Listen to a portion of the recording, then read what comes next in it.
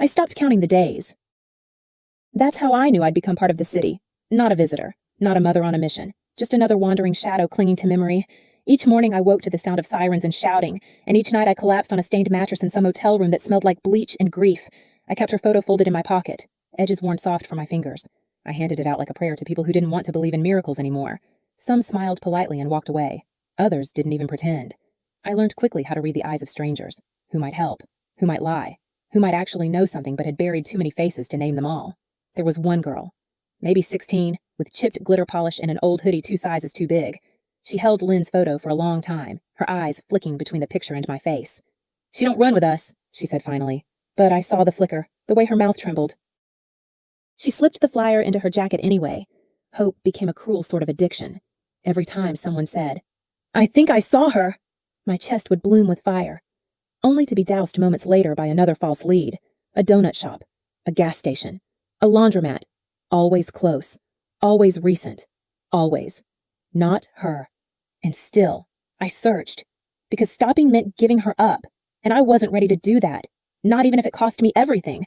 There was a soup kitchen on 7th where the staff began to recognize me. I wasn't the only one searching, not the only mother with flyers and bloodshot eyes, but I was the one who never left. One of the workers, Eddie, a quiet man with tired hands, started setting aside coffee for me in the mornings. "Still looking?" he'd ask, and I'd just nod, because saying the words out loud started to hurt more than staying silent. It was Eddie who pointed me toward the shelters, the ones that didn't advertise. The ones that didn't ask too many questions.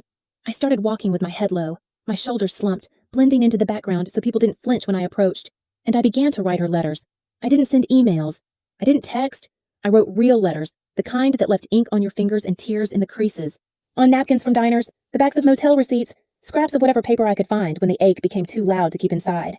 Each one began the same way, "Dear Lynn," and they all ended with a whisper I never stopped saying. "Come home, please." I folded them carefully, tucked them deep into my bag, dozens of them.